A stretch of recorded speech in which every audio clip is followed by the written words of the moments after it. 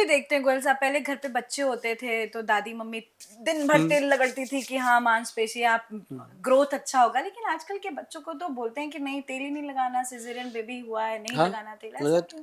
तेल के बिना बच्चे का ग्रोथ ही है नहीं ग्रोथ नहीं है, नहीं है सर। सही बात। आज मेरे पास बच्चे आते हैं कि पेरेंट्स आते हैं कि गोल साहब बच्चे की ग्रोथ नहीं हो रही, मैं उसको पता है क्या कहता हूँ, इसकी नाभि में तेल लगाओ और अंडर आर्म में तेल मस लो, ताकि उसका जो नर्व सिस्टम है वो स्ट्रांग हो जाए।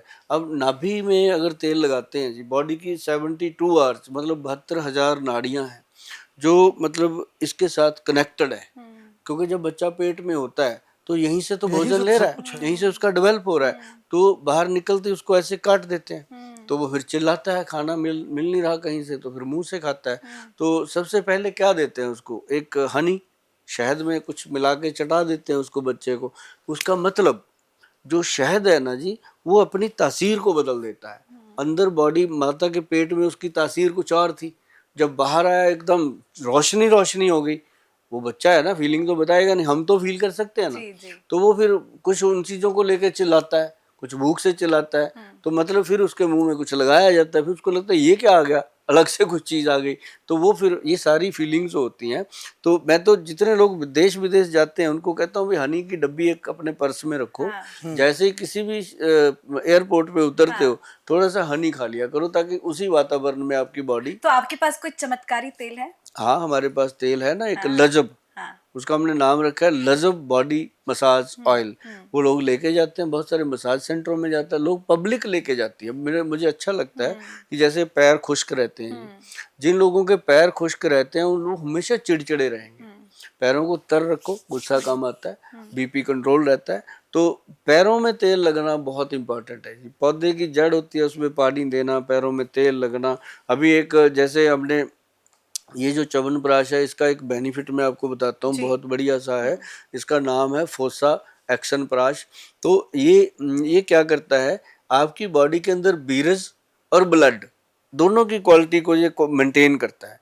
और जिसकी बॉडी के अंदर ये दो चीजें मेंटेन है, बीरज और ब्लड, उसको जल्दी कोई बीमारी लग नहीं सकती। बीरे और ब्लड के माध्यम से इम्यून पावर बढ़नी है, ये लेडीज के अंदर भी है, जेंट्स के अंदर भी है। तो दोनों की ये इम्यूनिटी को एकदम बिल्ट कर देता है। और उसके साथ फिर बंदे को लगता है कि 2-3 महीने में जो उसके सपने थे कि सुबह जल्दी उठूंगा, रात को जल्दी सोऊंगा, ये करूंगा, वो करूंगा, एक्सरसाइज करूंगा, वो पूरे होने लगते हैं, वो करता है फिर। मनीष जी इतना फायदेमंद, ये च्यवनप्राश से उठा के लेके चलते हैं, आधा आधा कर लेंगे। एक आखिर में अब कुछ वो जो शॉर्ट हाँ, टिप्स, बिल्कुल।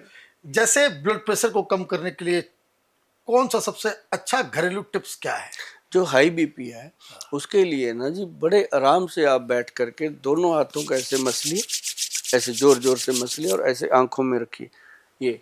और एक इसका है, ऐसे कान पे दोनों अंगूठे रखो, ये भ्रामरी आसन होता है, बैठे बैठे हो जाता है। ऐसे कान में दोनों अंगूठे ऐसे रख के, दोनों आंखों में रख के ऐसे सांस खींचो अंदर,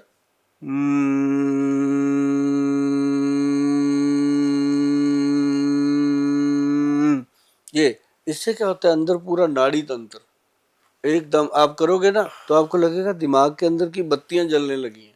तो बीपी कहाँ से बढ़ता है, यहीं से तो बढ़ता है, हम सोच सोच के बढ़ा है। यहाँ जब रिलैक्स आया, बीपी रिलैक्स हो गया।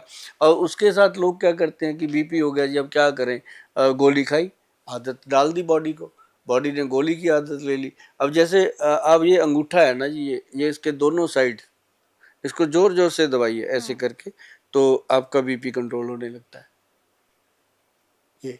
और सिर्फ मामूली सी बात है। तो ये छोटी छोटी चीजें हैं। हाथ को जितना बीपी बढ़ा हुआ है, हाथ जितने रगड़ोगे ऐसे ऐसे करके उतने पॉइंट एक्टिव होते हैं। और उसको जोर जोर से ताड़ी बजा लो, कुछ भी कर लो।